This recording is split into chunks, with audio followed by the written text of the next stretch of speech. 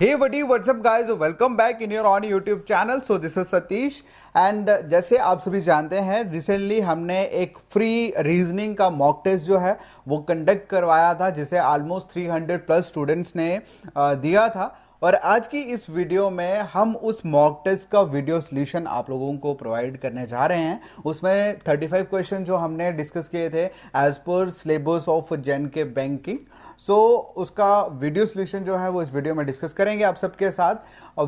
अगर बहुत जिन बच्चों ने वो टेस्ट जो है वो नहीं दिया था और अगर आप वो फ्री टेस्ट जो है वो देना चाहते हो तो उसके लिए आप पहले इंस्टॉल करें JKSSB online tutorial Android app from play store को। इंस्टॉल करने के बाद ऐप को ओपन करिए। ओपन करने के बाद बैच पे क्लिक करिए। बैच पे क्लिक करने के बाद इस प्लस आइकन पे क्लिक करिए और यहाँ पर आपको बैच कोड प्लेस करना है और बैच कोड है जेके बैंक। ये जेके बैंक सारा स्मॉल लेटर में आएगा और इसमें कोई भी गैप नहीं है। ये बैच कोड प्लेस करने के बाद आपको सिंपल ओके पे क्लिक करना है और क्लिक करने के बाद आपकी रिक्वेस्ट हमारे पास आ जाएगी। हम तन यहाँ से अप्रूव कर देंगे और आप हमारे free JNK bank associate and PO batch में ऐड हो जाओगे। Hello everyone, good evening.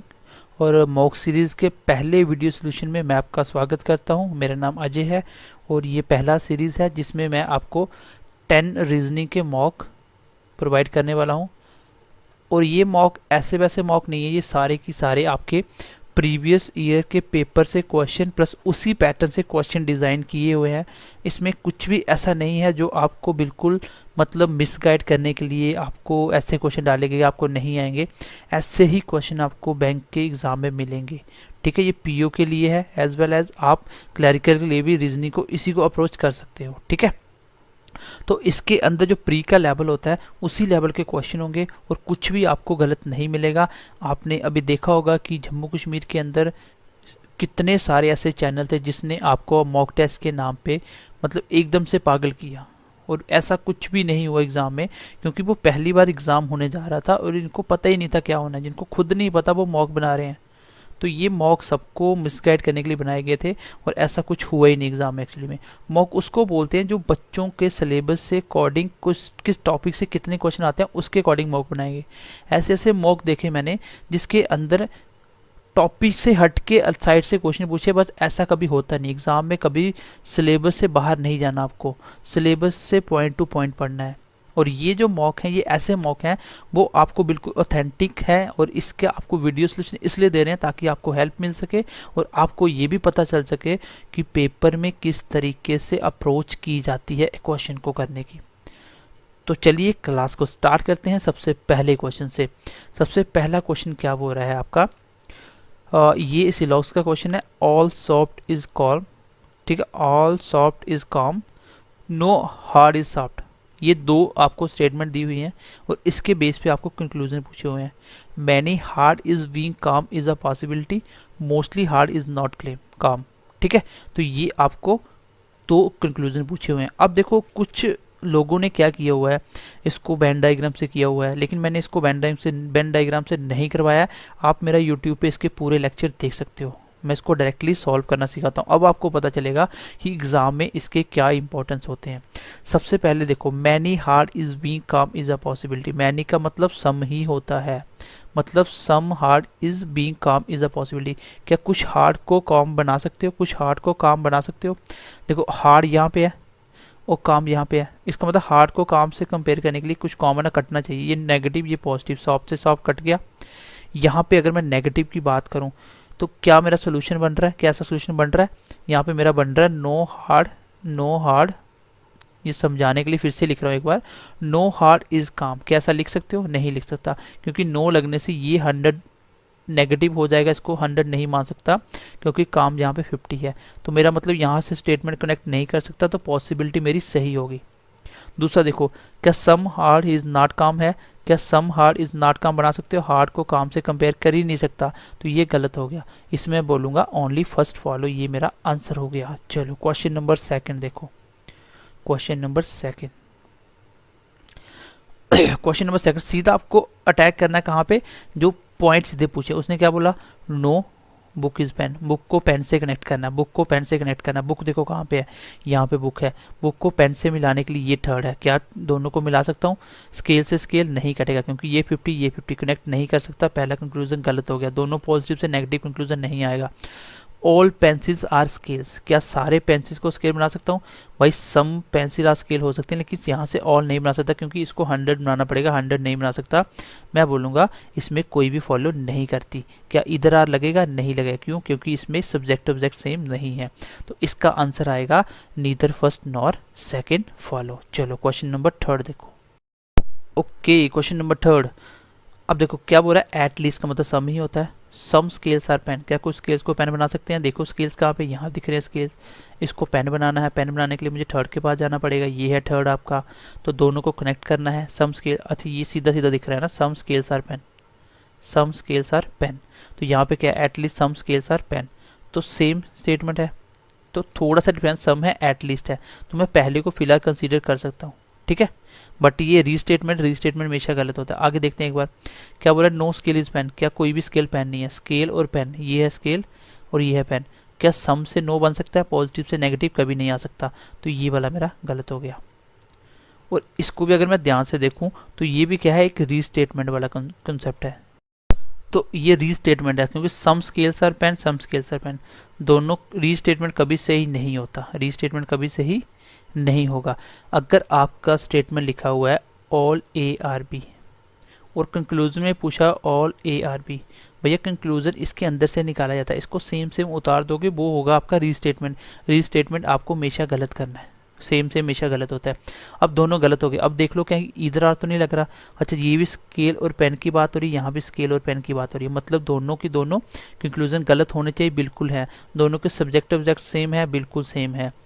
अच्छा दूसरी बात देखो, सम और नो में लग जाता है इधर आर, तो बिल्कुल ये इसमें इधर आर लगेगा।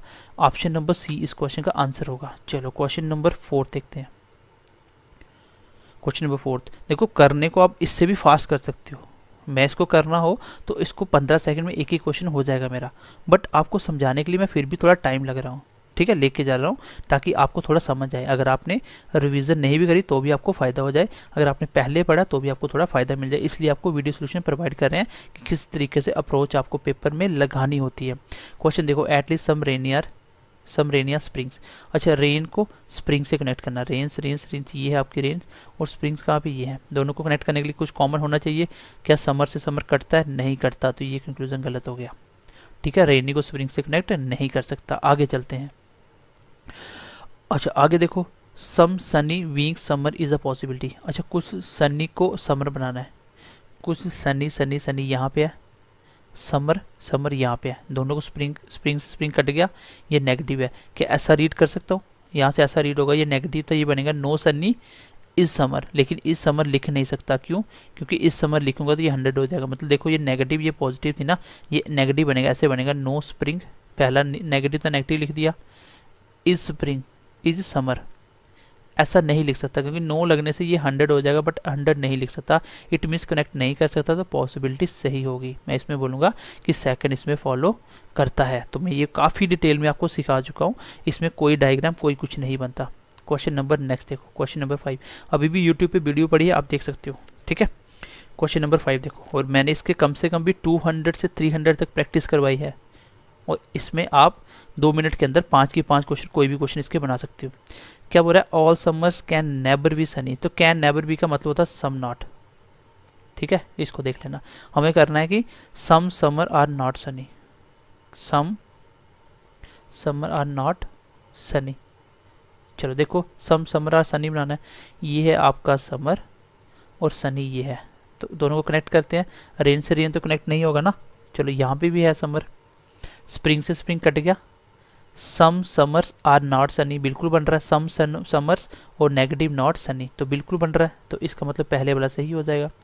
कैन नेवर भी जब भी आए आपको क्या फाइंड करना है, आपको सम नॉट फाइंड करना है, इसका मतलब यही होता है। आगे देखो, no spring is rainy, no spring is sunny, तो आपको देखो स्प्रिंग को रेनी से कनेक्ट करना है, ये है आपका स्प्रिंग, इसको रेनी से कनेक्ट करना है। देखो हो जाएगा, क्या समर से समर मिला सकते हो? नहीं मिला सकते, तो सम स्प्रिंग्स आर रेनी नहीं बना सकता। इसमें भी कंक्लूजन कौन सा फॉलो करेगा? फर्स्ट वाला, ठीक है। चलो क्वेश्चन नंबर नेक्स्ट देखते हैं। क्वेश्चन नंबर नेक्स्ट, ठीक है, क्योंकि इसमें भी क्या हो रहा था, no spring is sunny, no spring is sunny restatement था। ठीक है, ये भी गलत था, तो इसमें पहला ही फॉलो कर रहा है, that is option number D. चलो नेक्स्ट क्वेश्चन में बढ़ते हैं, क्वेश्चन नंबर 6 देखते हैं। क्वेश्चन नंबर 6 क्या बोल रहा है, अच्छा आपको मॉडल का कोड दिया हुआ है ये वाला, और डीयर का कोड दिया हुआ है। जब भी दो कोड एक साथ दिए हो तो तीसरा कोड हमेशा इसी से निकल जाएगा, ज़्यादा दिमाग मत लगाना। देखो लोड का आप देखोगे एल भी इसमें है, ए ओ का कोड भी ऑलरेडी मिलेगा, ए का कोड भी मिल जाएगा यहाँ से, और डी का कोड भी यहाँ से आपको मिल जाएगा। तो सारे कोड है, आपको ज़्यादा दिमाग नहीं लगाना है। देखो एल का कोड, एल कहाँ पे, ये लास्ट पे, लास्ट का कोड लास्ट पे क्या है 2, तो 2 से स्टार्ट होगा, 2 से स्टार्ट होगा, 1 2 3 4 सारे हैं।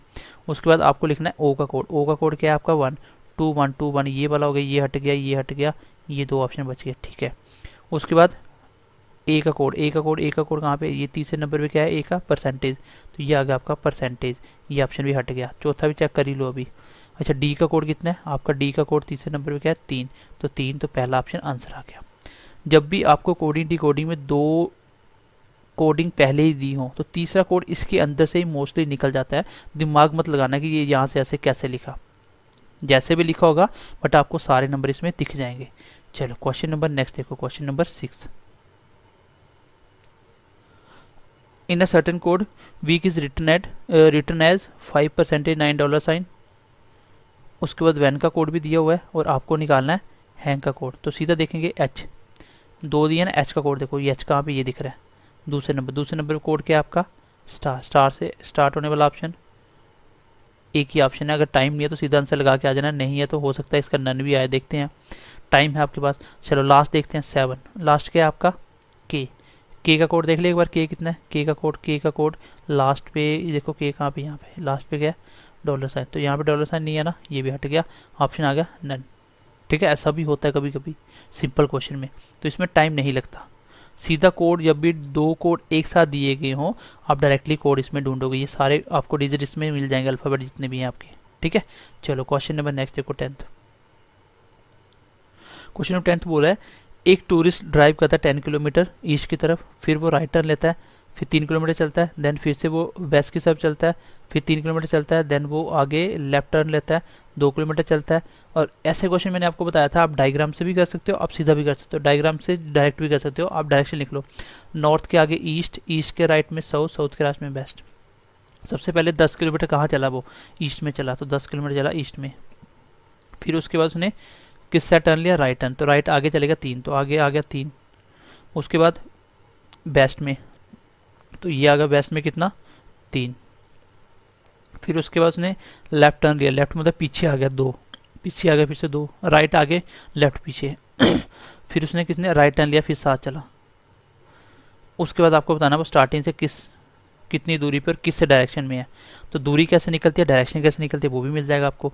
यहाँ से ये कुछ नहीं है, 0 है, इसका डिफरेंस निकालो कितना 5 का, इसका डिफरेंस कितना है टोटल 10 10 0, तो 5 ही आ गया। 5 सबसे दोनों में बड़ा नंबर क्या था, ईस्ट नॉर्थ और साउथ में, नॉर्थ और साउथ में साउथ था, इसका मतलब 5 किलोमीटर साउथ में चलेगा। 5 किलोमीटर साउथ ऑप्शन कौन सा है, ऑप्शन नंबर डी, तो ये आपका आंसर हो जाएगा। इस तरीके से आप क्वेश्चन बना सकते हो, ये मैंने आपको अच्छे से सिखाया हुआ है। डायग्राम कब काम नहीं आती, ये मेथड कब काम नहीं आएगा, जब बीच में कहीं 45 डिग्री टर्न ले लेगा तो फिर मुश्किल हो जाएगा।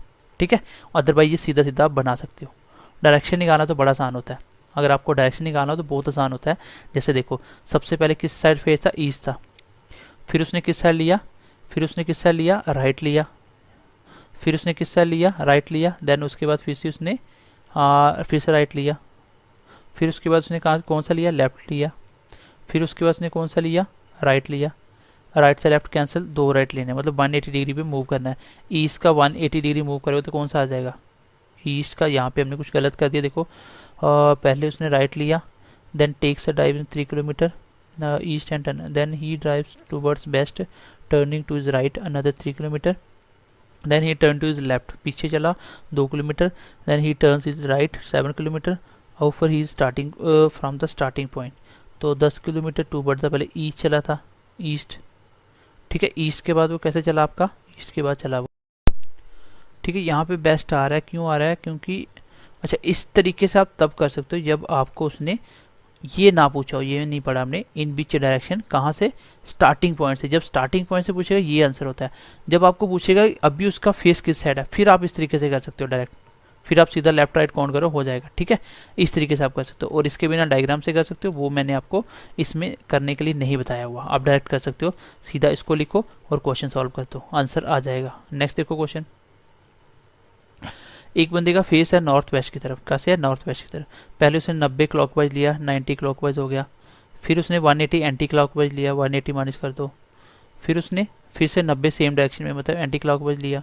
ओवरऑल 180 एंटी क्लॉकवाइज घूमना है। देखो 180 एंटी क्लॉकवाइज, नॉर्थ वेस्ट कौन सा होता है आपका, ये है नॉर्थ वेस्ट, तो 180 इस साइड आ गया, कौन सा आ गया, साउथ ईस्ट, इसका आंसर आएगा south east, option number D. चलो क्वेश्चन नंबर नेक्स्ट देखो।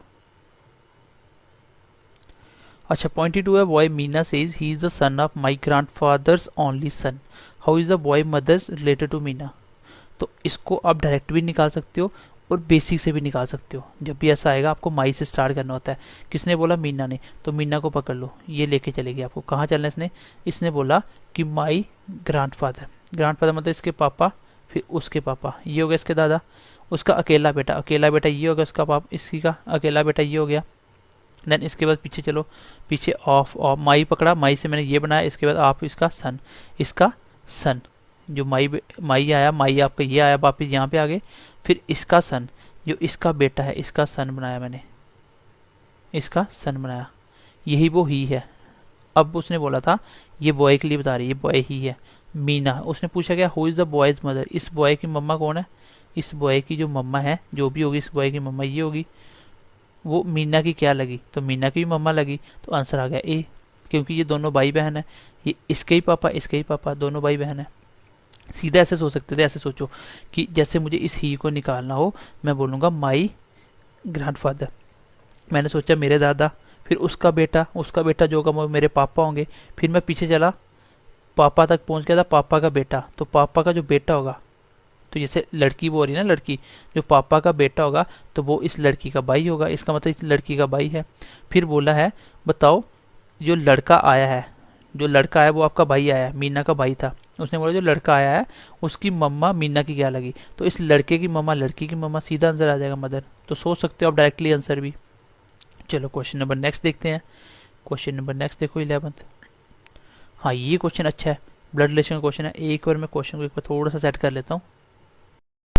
चलो क्वेश्चन क्या बोल रहा है, ये आपको कोडेड का क्वेश्चन है। अब देखो एक क्वेश्चन इतना बड़ा, आप क्या एक नंबर में कितना इससे कितना क्वेश्चन मतलब बनाओगे, डायग्राम क्या बना पाओगे, इसकी पूरी डायग्राम बना के फिर आपको बताना है यहाँ पे क्वेश्चन मार्क की जगह क्या क्या आएगा, ये वाला क्वेश्चन मार्क की जगह ये वाले की जगह क्या आएगा। ये तो क्वेश्चन आगे पूछने के लिए लगाया हुआ है, यहाँ पे निकालना है। उसने बोला कि यहाँ पे ऐसा क्या है कि आपका जो क्यू है, Q is the Neiphiu of T, जो क्यू है वो टी का नेफ्यू बन जाए। अच्छा नेफ्यू कौन होता है, लड़का होता है लड़की होती है, सबको पता है बॉयज होता है, लड़का होगा है ना, तो मतलब क्यू का जेंडर मेल होना चाहिए। अगर मैं यहाँ पे प्लस रखूँ, प्लस का मतलब क्या होता है, प्लस का मतलब पहले वाला वाइफ बन गई, तो क्यू जब वाइफ बन जाएगी तो ये ऑप्शन नहीं हो सकता।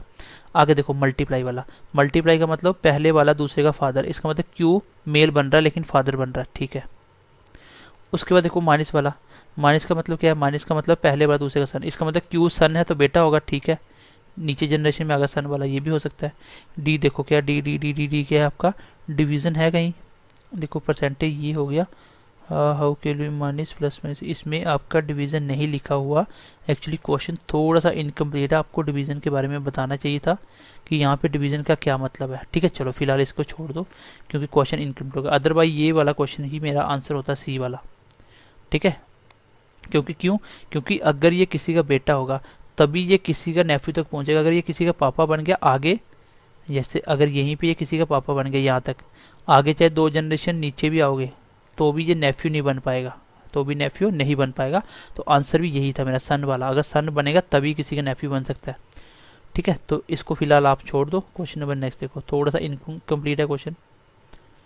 ये क्वेश्चन देखो, क्वेश्चन क्या बोल रहा है, study the following arrangement carefully and answer the question given below. ये आपकी एक स्टेटमेंट दी हुई पूरी की पूरी। यहाँ पे आपको बोला क्या है, if the position of the first 14 characters of the verb arrangement are reverse, अगर पहले 14 करेक्टर को रिवर्स कर दिया जाए, which of the following will be the 22nd from the right hand. 22nd right hand से देखो पहले कौन आएगा, 1 2 3 4 5 6 7 8 9 10 11 12 13 14 15 16 17 18 19 20 21 22, मतलब डॉलर साइन की जगह क्या आएगा, अब पहले 14 को रिवर्स भी करना है, मतलब इस m को इस साइड लिखना है और इसको इस साइड से रिवर्स करना है। जैसे मैं बोलता हूँ अजय मेरा नाम है, मुझे रिवर्स कर दो मेरे नाम को, तो पहले आ जाएगा बाई, फिर ए, फिर ये ए रे, ऐसे बनेगा रिवर्स। इसी तरीके से 14 को रिवर्स करना है, पहले 14 करेक्ट लेटर को 1 2 3 4 5 6 7 8 9 10 11 12 13 14, तो यहाँ से रिवर्स करना, मतलब यहाँ पे m आ जाएगा। तो इस साइड से यहाँ से ये कितना, एक बार देख लेना, यहाँ से 1 2 3 4 5 6 7, मतलब 7वें नंबर पे होना चाहिए रिवर्स करने के बाद। यहाँ पे 7वें नंबर पे कौन आता है, तो रिवर्स करोगे पहले m आएगा, यहाँ पे देखो m का 7 में देखो 1 2 3 4 5 6 7, तो 7वें नंबर पे रिवर्स करने पे 7वें नंबर पे ये आएगा यहाँ पे डॉलर साइन की जगह। तो 3 इस क्वेश्चन का आंसर है, that is option number D. देखो क्वेश्चन ये बिल्कुल आसान होता है, बट टाइम कंज्यूम करने के लिए आपको ये क्वेश्चन दिया जाता है। आपको क्या करना था, उसने बोला था पहले 22 पे, मैंने देखा 22 पे डॉलर साइन आएगा, मैंने जैसे ही रिवर्स करा, मुझे पता है ये रिवर्स करने से m इधर आ जाएगा, एक से एक इधर चला जाएगा, तो सारे उल्टे हो जाएंगे, ये नंबर यहाँ से स्टार्ट होगा उल्टे से। तो यहाँ से, लेकिन इस पोजीशन से यहाँ से मुझे 7वें नंबर पे चलो, तो मुझे ये यहाँ पे पोजीशन मिलनी है। तो यहाँ से देखो 7वें नंबर पे कौन है, 3, तो उल्टी साइड से लिखूंगा 3, यहाँ पे ऐसे चलते तो 3 आएगा, फिर ऐसे चलते चलते 1 तक पहुंच जाऊंगा, ये वाला एक लास्ट पे, तो यहाँ पे 7वें नंबर पे इस बार 3 आ जाएगा। ठीक है, ये इस क्वेश्चन का आंसर हो जाएगा। नेक्स्ट क्वेश्चन देखो, सेम क्वेश्चन है, क्वेश्चन को ध्यान से पढ़ना। क्या बोल रहा है, बोल रहा है कि which is immediately proceeded by vowels and immediately followed by consonant. ऐसा नंबर बताओ जो वोवल से प्रोसीड करता है और कॉन्सोनेंट से पहले है, मतलब यहाँ पे इस सेट वोवल इस सेट कॉन्सोनेंट। देख लो एक बार वोवल पकड़ो, यहाँ पे आप वोवल पकड़ लो, वोवल के बाद नंबर चाहिए और उसके बाद कॉन्सोनेंट। यहाँ पे वोवल दिख रहा है कहीं, देखो यहाँ पे देखो, हाँ ई दिख रहा है, ई के बाद नंबर, लेकिन नंबर के बाद मुझे कॉन्सोनेंट चाहिए था, ये नहीं है। और देखो ये एक है, ये एक है, ध्यान से पढ़ना, ये आई वोवल्स आ गया। अच्छा, आई के बाद नंबर, नंबर के बाद कॉन्सोनेंट, एक तो ये बन गया 2, उसके बाद देखो ये है वोवल्स, वोवल्स के बाद नंबर, नंबर के बाद कॉन्सोनेंट, बिल्कुल बन गया 2। उसके बाद देखो और कोई वोवल्स नहीं है, इसका मतलब 2 पेयर बने, इसका आंसर आएगा सी। उसने पूछा था ऐसे कितने पेयर बनते हैं। ठीक है, how many such number are there in the above arrangement. तो एक नंबर था 2, एक नंबर था 4, जो एग्जैक्टली वोवल को प्रोसीड कर रहा है और कॉन्सोनेंट को उसको फॉलो कर रहा है। ठीक है, चलो ये क्वेश्चन में से बस ध्यान से समझना, प्रोसीडेड का और इसका इमीडिएटली फॉलोड का क्या मतलब है। इमीडिएटली फॉलोड मतलब कि उसको ये कॉन्सोनेंट फॉलो कर रहा है, तो इसको कॉन्सोनेंट फॉलो कर रहा है, और प्रेसिडेंट मतलब उससे पहले आ रहा है, वोवल्स उसके पहले आ रहा है, तो ये ऐसे लिख लो, सीधा आंसर आपको मिल जाएगा। चलो क्वेश्चन नंबर नेक्स्ट देखो, ये बिल्कुल फास्ट नहीं है, आपको समझाने के लिए तो भी थोड़ा स्लो चल रहा हूँ। ठीक है, ये है सीटिंग का बेसिक सा क्वेश्चन, उम्मीद करता हूँ आप बना पाओगे इसको, लेकिन जल्दी कैसे बनाना है ये इंपॉर्टेंट है। एक सीटिंग 5 नंबर, बिल्कुल बेसिक क्वेश्चन डाला है और प्री में ऐसे क्वेश्चन आते हैं। ठीक है, ऐसे 1-2 क्वेश्चन आपका सीटिंग ऐसा ही होगा।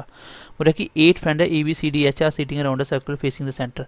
तो 8 फ्रेंड बना लेते हैं जल्दी से, तो पहले ही फ्रेंड बना दो 8, सबका फेस सेंटर में है, तो ऐसे बनाने होते हैं 8, सबका फेस सेंटर में, मान लेते हैं सबका सेंटर में। ठीक है, चलो आगे चलो, क्या बोल रहा है, A seats third to the left of B। तो डेफिनेट स्टेटमेंट से स्टार्ट कर लें, A B के थर्ड में बताना, यहाँ पे बैठा दो B इसके थर्ड लेफ्ट में, 1 2 3 पे कौन बैठा ले, ए। आगे बोल रहा है and second to the right of F. And जहां लग जाए तो हमेशा पहले को ही देखना, पहला ही क्या है डी के और एफ के सेकंड राइट पे है, एफ के सेकंड राइट, तो एफ यहां रखूंगा तभी तो इसका सेकंड राइट 1 2 पे एक आएगा। जब भी यहां पे लग जाए हु, ठीक है, विच या डेट, इसका मतलब होता है इसी का रिलेशन बताया होता है आगे। लेकिन जब एंड इसके बिना कुछ भी आ जाए मतलब पहले वाले का ही, मतलब ए ही सेकंड लेफ्ट पे है, थर्ड लेफ्ट पे बी के, और ए ही सेकंड राइट पे एफ के, ये बना दी मैंने यहाँ तक। आगे देखो, D does not sit next to the A और बी। डी ए और बी के अगल बगल में नहीं है, पास पास नहीं है, डी यहाँ नहीं आ सकता, यहाँ नहीं आ सकता, यहाँ नहीं आ सकता, यहाँ नहीं, तो डी आएगा यहाँ पे। आगे देखो, C and G always sit next to each other. इसका मतलब सी और जी को यहाँ भी बताना है, उनकी जगह कहाँ होनी चाहिए, पास पास होनी चाहिए, उनकी जगह जहाँ कहाँ होनी चाहिए, पास पास होनी चाहिए। तो आपको ये चीज़ दिमाग के अंदर स्ट्राइक करनी चाहिए कि सी और जी जब दोनों आसपास बैठेंगे तो दोनों की प्लेस भी एक साथ खाली होनी चाहिए दोनों की। यहाँ पे सी और जी नहीं बिठा सकता क्योंकि 2 प्लेस खाली नहीं एक साथ, यहाँ पे नहीं बिठा सकता, यहीं पे या तो यहाँ सी आएगा या जी आएगा, तो या तो यहाँ सी जी आएगा, मतलब सी ऊपर या नीचे या जी ऊपर नीचे, दोनों में एक एक आएगा। मैंने दोनों रख दिए फिलहाल के लिए। आगे क्या बोल रहा है, H never sits next to the D, H जो है वो डी के बगल में नहीं बैठा, तो एच डी के पास नहीं बैठा तो एच यहाँ पे बैठा होगा। आगे बोल रहा है and C does not sit next to B, C does not sit next to B, C B के बगल में नहीं बैठा, सी बी के बगल में नहीं बैठा, तो छोड़ दो इसको, जी बैठा दो तो सी यहाँ पे आ जाएगा। ये आपकी क्वेश्चन सॉल्व हो चुका है। बिल्कुल बेसिक बनाया था आपको, बिल्कुल आसान था, जिसको आप 1.5-2 मिनट में बना सकते थे। और क्वेश्चन अब देखो, who is sit between C and H, C और एच के बीच में कौन बैठा है। यहाँ पे कौन बच गया आपका, ए हो गया, बी हो गया, सी हो गया, डी हो गया, ई नहीं आया ना, ई बैठा दो यहाँ पे। चलो अब क्या पूछा उसने पूछा सी और एच में कौन बैठा है, सी और एच के बीच में कौन बैठा है। ये है सी और ये है एच, बीच में कौन बैठा है, ए कहाँ पे, ऑप्शन नंबर पहले में। नेक्स्ट देखो क्वेश्चन, नेक्स्ट क्वेश्चन में क्या बोल रहा है, हु इज अपोजिट टू जी, जी के अपोजिट में कौन है, ये है आपका जी, और जी के अपोजिट में कौन है, एफ, ये आपका ई आ गया। आगे बोल रहा है who is sit between G and D, G और डी के बीच में कौन बैठा है, ये है डी और ये है जी, इसके बीच में बी और ई बैठा है, इसके बीच में ये भी बैठे हैं, सी ए, देखो सी जी और डी में पूछा ना, ठीक है, जी और डी की बात करें तो ये भी तो बैठे हैं 4, बट ऑप्शन देख लेते हैं कैसा है। ऑप्शन आपके हैं 2-2 नंबर वाले, इसका मतलब 2 नंबर देखना है, तो जी और डी के 2 नंबर कौन है, बी और ई बैठे हैं, बी और ई कहाँ दिख रहे हैं आपको, ऑप्शन नंबर ए में। क्वेश्चन नंबर देखो आगे, ए के अपोजिट बताना है, ए का अपोजिट कौन है, ई, ए के अपोजिट में आपका ई कहाँ पे है, ऑप्शन नंबर ई। चलो 22 क्या बोल रहा है, ई के अपोजिट में, तो ई के अपोजिट में फिर ए आ गया उल्टा घूम के, ये आ गया ऑप्शन नंबर ई। ये थे आपके 5 की 5 पजल्स, ठीक है, सीटिंग के। क्वेश्चन नंबर 23 से 27 देखते हैं, क्या बोल रहा है, 8 peoples are sitting in 2 parallel rows containing 4 people each. 8 people हैं जो 2 पैरेलल रोज के अंदर बैठे हुए हैं, दोनों के अंदर 4-4 बंदे हैं, ठीक है।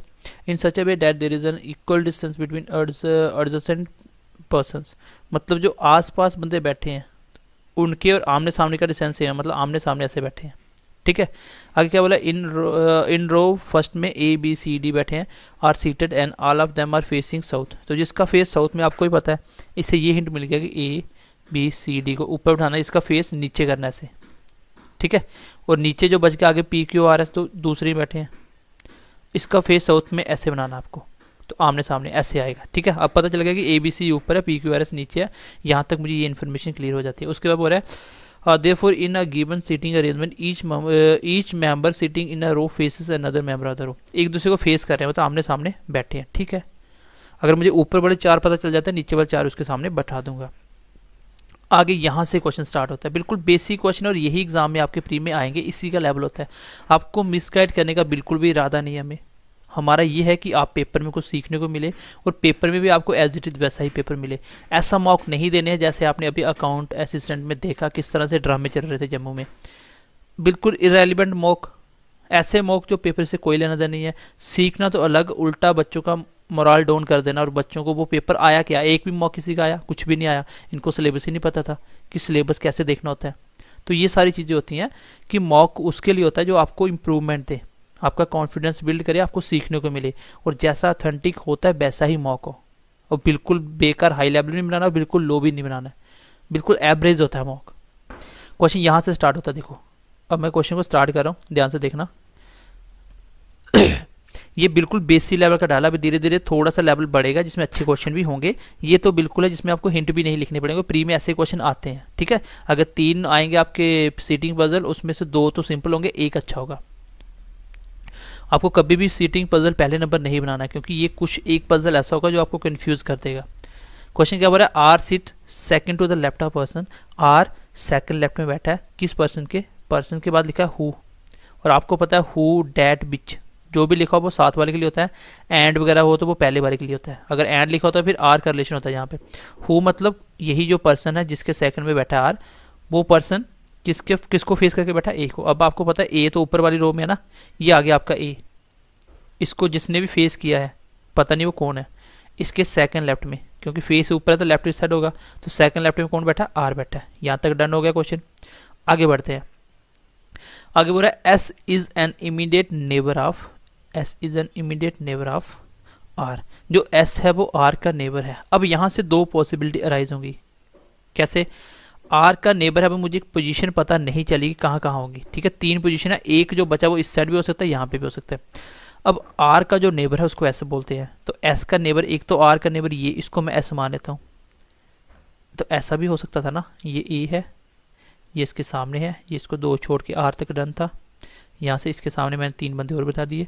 आर का नेबर एस ना हो के इस साइड बैठा दो, ये भी तो हो सकता है ना। आर का नेबर दोनों साइड में, दोनों पॉसिबिलिटी बना ली। आगे चलते हैं, आगे क्या बोल रहा है, only 1 person sit between A and D, ठीक है। ए और डी के बीच में एक बंदा बैठा है। देखो एक बार ये ए है, अगर ए और डी में एक बंदा बैठा है तो मैं यहाँ पे एक बंदा यहाँ डी बना दो तो टोटल बंदे तो ऊपर 5 हो गए। इसका मतलब ये पॉसिबल नहीं, इस साइड ही डी आएगा, ये डी आएगा। यहाँ पे भी देखो, अगर मैं ए को छोड़, ये डन हो गया, ये 8 पोजीशन डन हो चुकी हैं, ए और डी में एक बंदा आ गया। आगे बढ़ते हैं, one of immediate neighbour of C faces Q, जो सी का इमीडिएट नेबर है, जो सी का इमीडिएट नेबर है वो क्यू को फेस कर रहा है। अगर मैं इसमें देखो, दूसरे वाले में, इसमें अगर यहाँ पे सी रख दूं तो सी का इमीडिएट नेबर एक ही बना डी, और उसका फेस किस साइड होना चाहिए, जो इमीडिएट नेबर है सी का, उसका फेस क्यू को फेस करेगा। लेकिन ये तो आर को कर रहा है, इसका मतलब सी यहाँ नहीं आ सकता, सी यहाँ आएगा, और सी का इमीडिएट नेबर डी है और ए है, लेकिन डी तो पहले ही फिक्स है, आर को फेस कर रहा है, तो बचा हुआ सी का जो नेबर है ए, वो क्यू को फेस करेगा। यहाँ तक डन। इसको देखते हैं, यहाँ पे अब उसको किस साइड बनाए, यहाँ पे देखो सी की पोजीशन यहाँ से डन होगी, थोड़ा सा दिमाग तो लगाना पड़ेगा आपको। यहाँ पे देखो, अगर मैं सी को यहाँ रखता हूँ, सी का इमीडिएट नेबर यहाँ पे बना सकता हूँ ए, और ए का फेस सामने किसको करेगा, क्यू को, तो बना सकता हूँ सी यहाँ पे। सी मैं यहाँ पे भी बना सकता हूँ, क्योंकि सी का इमीडिएट नेबर ए, यहाँ पे भी सी बना सकता हूँ ना, सी का इमीडिएट नेबर ए, ये भी फेस कर सकता है। 2 पोजीशन बनी अभी तक, सी 2 जगह रख सकता हूँ, इसलिए मैं यहाँ पे फिलहाल पेंडिंग रखता हूँ, ठीक है। आगे चलते हैं, आगे बोल रहा है B does not sit at the any of the extreme end, जो बी है वो एंड पे नहीं बैठेगा। इस पॉसिबिलिटी में देखो तो बी तो एंड पे ही बची एक ही जगह, तो ये तो गलत होगी पॉसिबिलिटी। यहाँ पे बी मैं कहाँ पे नहीं रख सकता, बी को मैं यहाँ पे नहीं रख सकता, ओ सॉरी, यहाँ पे तो नहीं रख सकता, ना ही यहाँ रख सकता हूँ, तो बी तो डन हो गया यहाँ पे, क्योंकि एक्सट्रीम एंड पे नहीं आएगा। अब बैठाओ पीछे वाला, अब सी ऐसी जगह बैठाना है जो सी का नेबर है वो क्यू को फेस करे, तो सी अगर मैं इस साइड रखूँ तो इसका नेबर बनेगा डी, क्या डी ए को फेस कर रहा है, नहीं होगा, सी जहाँ नहीं आएगा, तो सी की एक ही जगह बची ये, और इसका जो नेबर है ए वो किसको फेस करेगा, क्यू को। ये लिखा था ना, जो सी का इमीडिएट नेबर है वो क्यू को फेस कर रहा है, one of immediate neighbour of C faces Q. देखो सी का नेबर क्यू को फेस कर रहा है, हो गया डन। 4 बंदे ऊपर आ गए, नीचे बचा कौन, ये रख दो पी, ये क्वेश्चन हो गया आपका कंप्लीट। इसके आगे क्वेश्चन आप कर सकते हो। सबसे पहला क्वेश्चन, डी के अपोजिट कौन है, डी के अपोजिट आर है, तो डी के अपोजिट आर है, ऑप्शन नंबर डी। अगला क्वेश्चन देखो, थर्ड लेफ्ट कौन है डी के, थर्ड लेफ्ट है डी के थर्ड लेफ्ट, डी के थर्ड लेफ्ट में कोई भी नहीं है, तो इसका मतलब, अच्छा सॉरी, इसका फेस नीचे है ना, तो फेस नीचे है तो इसका लेफ्ट इस साइड होगा, तो थर्ड लेफ्ट में कौन है, 1 2 3, तो 3 पे लेफ्ट में कौन है, सी, तो इसके थर्ड लेफ्ट में आपका C, that is option number B. ये ए है, बी है, सी ऑप्शन है, इसके आगे ये लिखा हुआ है, ठीक है, ऑप्शन नंबर बी। 24 का आंसर आ गया आपका ऑप्शन नंबर बी। चलो आगे बढ़ते हैं।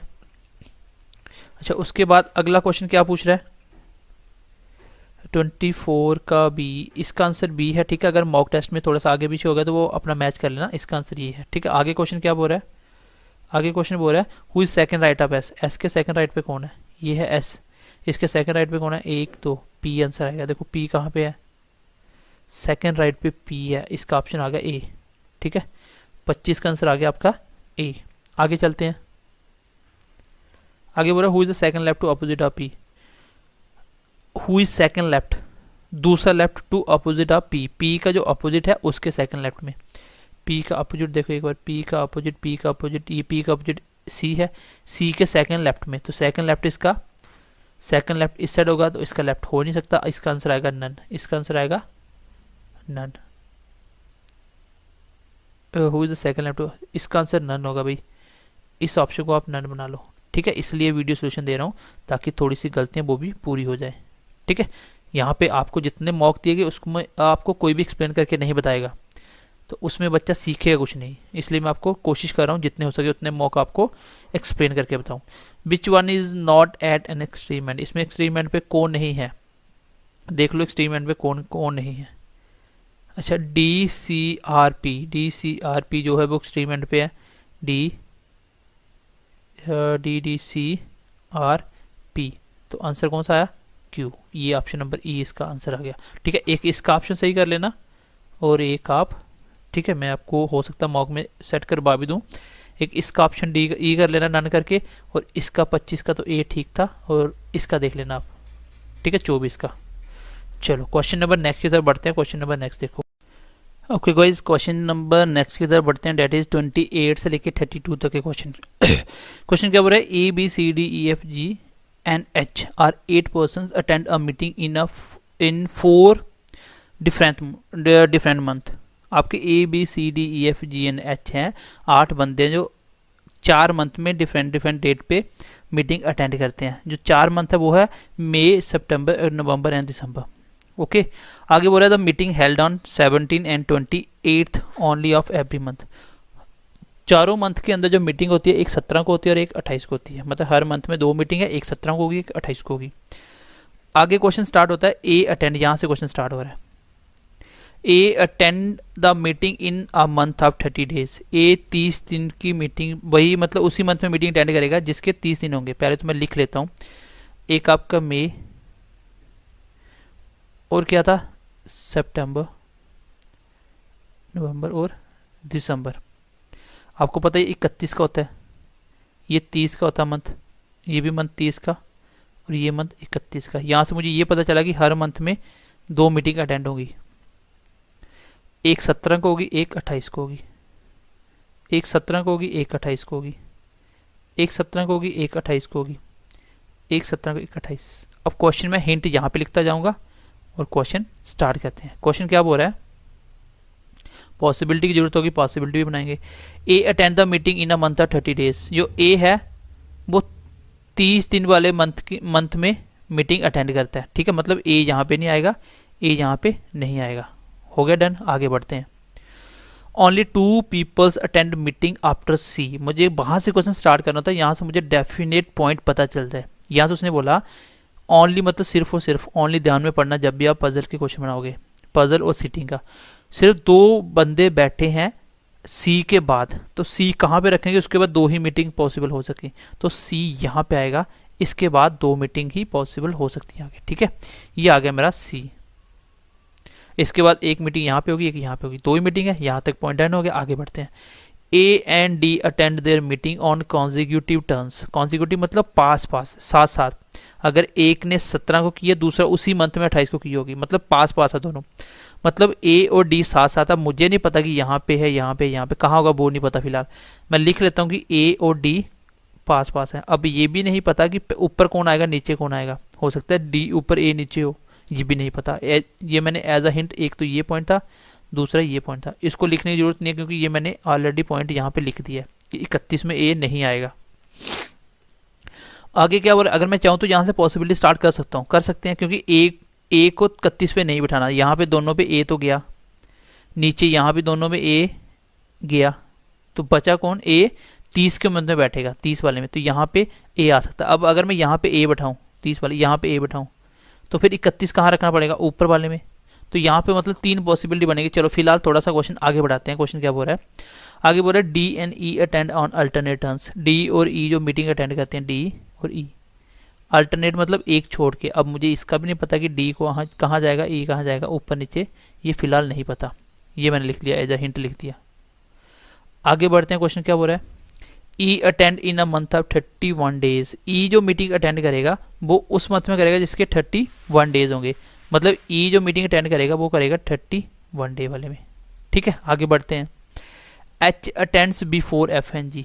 जो एच है वो एफ और जी से पहले है, मतलब ऊपर है, ये तो डन हो गया। ठीक है, पहले आएगा। आगे बोला बी और H are not first to attend. B और एच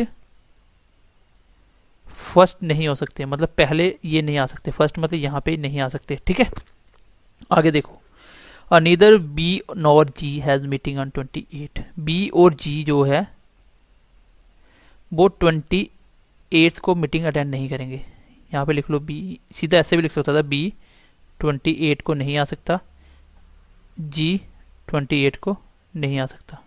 ठीक है, चलो अब क्वेश्चन करते हैं स्टार्ट। यहाँ से ऐसा कौन सा पॉइंट उठाएं जिसमें नंबर ऑफ पॉसिबिलिटी सबसे कम बने। अगर मैं एफ और जी की बात करूं, ये कहीं भी बैठा सकता हूँ, एफ और जी यहाँ से कहीं भी ऊपर नीचे। कौन सा पॉइंट उठाएं सबसे पहले, चलो इसको यूज करें, इसी को यूज करते हैं। अच्छा, ए को डी के ऊपर रखना है और ए को 31 में नहीं बिठाना, ए 30 वाले मंथ में बैठेगा। तो कॉन्जिक्यूटिव मतलब एक ही मंथ में है, ये दोनों एक ही मंथ में मीटिंग अटेंड कर रहे हैं। जैसे ये देखो, A and D attend their meeting on consecutive terms, तो ये कॉन्जिक्यूटिव टर्म्स में मीटिंग अटेंड कर रहे हैं। अगर मैं ए को यहां रखूं तो इसके बाद वाला डी नीचे नहीं आ सकता, ऊपर नीचे नहीं आ सकता। इसके बाद यहां पे रखूं, ठीक है, और ए और डी उसने बोला कि ए 30 के मंथ वाले में मीटिंग अटेंड करेगा, ठीक है, ए 30 वाले में मीटिंग अटेंड करेगा। यहाँ पे लिखा उसने A attend the meeting in a month of 30 days. तो ए 30 डेज वाले मीटिंग अटेंड करेगा, तो ए या तो यहाँ पे आएगा या तो यहाँ पे आएगा, ठीक है। और 30 डे वाले के साथ ए और डी दोनों कॉन्जिक्यूटिव में करेंगे तो दोनों 30 में करेंगे। ऐसे बोल सकता हूँ, अगर मैं ए को यहाँ रख दूँ तो इसके पास वाला डी यहाँ पे आ जाएगा। ऐसा भी हो सकता था, डी ऊपर हो सकता था। तो एक पॉसिबिलिटी और बना लेते हैं, यही से ये 17 का 28 का, 17 का 28 का, 17 28 17 28, ठीक है। यहां तक जो लिखा वो लिख दो। सी तो यहां पे डन था। फिर मैंने अब अगला पॉइंट क्या लिखा कि डी उस पर ऊपर रख दिया, ए को नीचे रख दिया, दोनों पॉसिबिलिटी बना दी। एक बार ए को नीचे, डी को ऊपर, हो गया दोनों, ए 30 पे आ गया। चलो आगे बढ़ते हैं थोड़ा सा, ये पॉइंट मैंने यूज कर लिया, इसको मिटा दो। अब आगे बढ़ते हैं। अच्छा, डी और ई में एक ही बंदा बैठा, लेकिन ई को 31 वाले दिन पे बिठाना है। यहाँ पे देखो, डी एक बंदा छोड़ के ई यहाँ पे नहीं रख सकते, ऊपर आएगा। डी एक छोड़ के ई, क्या ई 31 पे आ रहा है? बिल्कुल आ रहा है, यहाँ तक डन हो गया। इस पे देखो, डी एक छोड़ के ई, यहाँ पे ई, लेकिन ये मंथ कौन सा, 30 का, इसलिए डी ऊपर जाएगा 31 वाले में।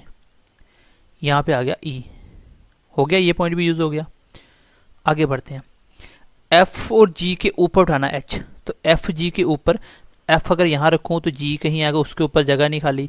एफ और जी मतलब दो बंदे नीचे आएंगे, दो बंदे नीचे आएंगे। तो एफ और जी के ऊपर उठाना किसको, एच को। या तो एफ यहाँ पे आएगा या जी आएगा, या एफ यहाँ पे आएगा, जी आएगा। अब पता नहीं एफ जी कौन ऊपर नीचे है। यहाँ पे वैसे लिखा भी हुआ है, जी है वो 28 पे नहीं बैठेगा, तो जी वाला ऊपर आ गया और एफ वाला नीचे आ गया, क्योंकि जी 28 पे नहीं है ना। और इसके ऊपर एच है, एच यहाँ पे भी आ सकता है, एच यहाँ पे भी आ सकता है। यहाँ पे भी देख लो, एफ 28 पे नहीं है तो एफ यहाँ पे, जी 28 पे नहीं, जी यहाँ पे एफ हो जाएगा, और एफ को यहाँ पे रख दो, है ना। उसने बोला ना जी 28 को नहीं है, तो जी की जगह मैंने एफ रख दिया और एफ जी ऊपर रख दिया। यहाँ तक हो गया। अब एच इनके ऊपर है, यहाँ पे एच आ सकता है और यहाँ पे भी आ सकता है, लेकिन उसने बोला बी और जी जो है, यहाँ पे देखो बी और एच कभी फर्स्ट पे नहीं आ सकते, ना तो यहाँ पे बी आ सकता है ना ही एच आ सकता है। अगर मैं यहाँ पे एच यहाँ रख दूँ तो बी यहाँ रखना पड़ेगा, अगर बी यहाँ रख दूँ तो एच यहाँ रखना पड़ेगा, एच बी जहाँ रख दूँ एच यहाँ रखने का, लेकिन बी और एच फर्स्ट पे आ ही नहीं सकते, ये पॉसिबिलिटी गलत हो जाती है। यहाँ पे देखो, बी और एच टॉप पे नहीं आ सकते, और उसने ये भी बोला हुआ है कि बी भी 28 पे नहीं आएगा, तो बी 28 पे नहीं आएगा तो बी 28 छोड़ के यहाँ पे आ जाएगा आपका बी, और एच इनके ऊपर तो एच आ जाएगा यहाँ पे। ये पॉसिबिलिटी आपकी कंप्लीट होगी। नहीं समझ आई तो रिपीट करके देख लेना। सबसे इंपॉर्टेंट पॉइंट था ये वाला, जिसने मुझे दो पॉसिबिलिटी बना के दी। जैसे मैंने दो बनाई, क्वेश्चन हो गया। पॉसिबिलिटी गलत कहाँ हुई, उसने बोला ना बी और एच फर्स्ट पे नहीं आएगा, तो एफ और जी के ऊपर एच है, तो एफ और जी कहाँ रखोगे, ऊपर एच आ जाए, तो एफ और जी नीचे कहीं भी रख सकता हूँ, ऊपर एच आ जाएगा, बट यहाँ पे एच टॉप पे ही इसकी पॉसिबिलिटी बन रही है, ठीक है। तो इस तरीके से आप क्वेश्चन बना सकते हो, ये इजी है। बाकी इसके पांचों के पांचों क्वेश्चन आप खुद देख लेना कि क्या क्या पूछा हुआ है, ठीक है, बिल्कुल आसान है। मैं क्वेश्चन नंबर नेक्स्ट देखता हूँ। क्वेश्चन नंबर नेक्स्ट देखो, क्वेश्चन नंबर 33। आपको बताना है कि अल्फाबेट से सीरीज के अंदर बताना है। एक होता है अल्फाबेट ऑर्डर में पूछे और एक होता है सीरीज में। ऑर्डर और सीरीज में क्या फर्क होता है, ये बिल्कुल आसान है। देखो, अगर आपको वो सीरीज के अंदर पूछता है तो आपको सिर्फ बैकवर्ड टू फॉरवर्ड चलना है, मतलब आपको सिर्फ इस तरीके से ऐसे चलना है। अगर ऑर्डर में पूछे तो ऐसे और ऐसे दोनों साइड से देखना है। मतलब आपको बताना है कि ऐसा डिप्लोमेसी में कौन सा वर्ड है जो अल्फाबेट में भी उतने ही गैप है जितना यहाँ पे है। तो देखते हैं, मैं डी से चलता हूँ। डी के आगे चलना स्टार्ट करो। डी के आगे E F G H I जे के एल नहीं आया। आई के बाद देखो जे के एल एम, देखो आई के बाद एम में इतना ही गैप होता है। आई के बाद जे के एल एम, एम की जगह में आ गया एन ओ पी, मतलब एक तो बन गया, कौन सा, एम। IM का पेयर। आगे देखो PQRSTUB नहीं बना, LMNOP नहीं बना, OPQR नहीं बना, MNO नहीं बना, A के पास E नहीं बना, तो एक ही पेयर बन रहा है ऑर्डर में। तो आंसर आ गया इसका C ऑप्शन। अगर ऑर्डर में पूछता तो मैं उल्टा भी चलता, जैसे बाई के आगे चलना स्टार्ट करो, बाई के बाद बाई ZABC, तो ऐसे A भी आ जाता, तो इस तरीके से मैं उल्टा स्टार्ट करता। ठीक है, चलो क्वेश्चन नंबर 34 देखो। एक मॉर्निंग का टाइम था, ये भी मैंने वीडियो आई थिंक यूट्यूब पे पड़ा होगा आपका। एक मॉर्निंग का टाइम था, कविता और रीटा दोनों बात कर रही थी आपस में, बात कर रहे थे। आगे क्या बोल रहा है, talking to each other face to face, तो दोनों एक दूसरे की तरफ फेस करके बात कर रहे थे।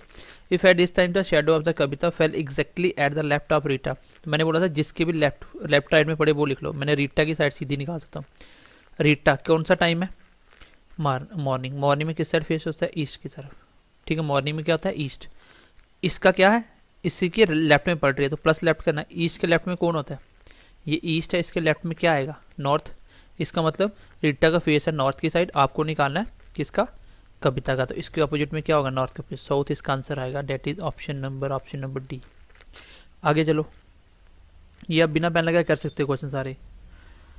अच्छा, इसमें जो मीन्स वाला होता है इसका क्या मतलब है, एक होता है मीन्स और एक होता है कॉल्ड। जैसे रेड कॉल्ड येलो, ठीक है, तो कॉल्ड और मीन्स में क्या फर्क है, मतलब रेड का मतलब येलो है। एक्चुअली मैं पूछूं कि इसका मैंने मतलब येलो लिख दिया, बट एक्चुअली मैं येलो पूछूं तो वो रेड ही है। उसने पूछा कि आपका क्लियर स्काई का कलर क्या है, तो नीला कलर, नीले का पीछे वाला आंसर होगा, तो नीला कहाँ पे, ये इसके पीछे वाला आंसर होगा येलो। अगर मैं यहीं पे लिखा होता कॉल्ड, ठीक है, पैसिव में लिखा होता, तो पैसिव में आगे वाला आंसर होता है, तो फिर ब्लू के आगे वाला कौन था, ऑरेंज आंसर आता। तो ये थोड़ा सा ध्यान से देख लेना।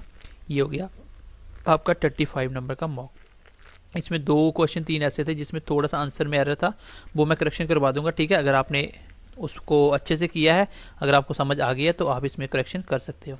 तो चलिए नेक्स्ट मॉक में मिलते हैं, तब तक के लिए ध्यान रखिए अपना। Bye bye, take care and God bless you.